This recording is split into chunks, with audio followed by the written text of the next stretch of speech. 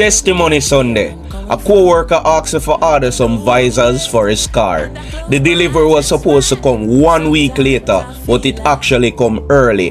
Whole week pass, another week pass, him keep asking me, yo, the visors reach yet? And me keep telling him, just wait, them not come yet. Truth is, the package was already there. I just never see it because it came in a pressure cooker box. Me never expect it in that. Me never even check the label properly to see that my name was there. And God showed me something. Sometimes blessings reach early, but we overlook them because of how them package. Opportunities come through people we underestimate.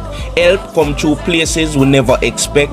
Doors open quietly and we miss it because we're looking for load. Whole time we think God waiting, we're waiting on God.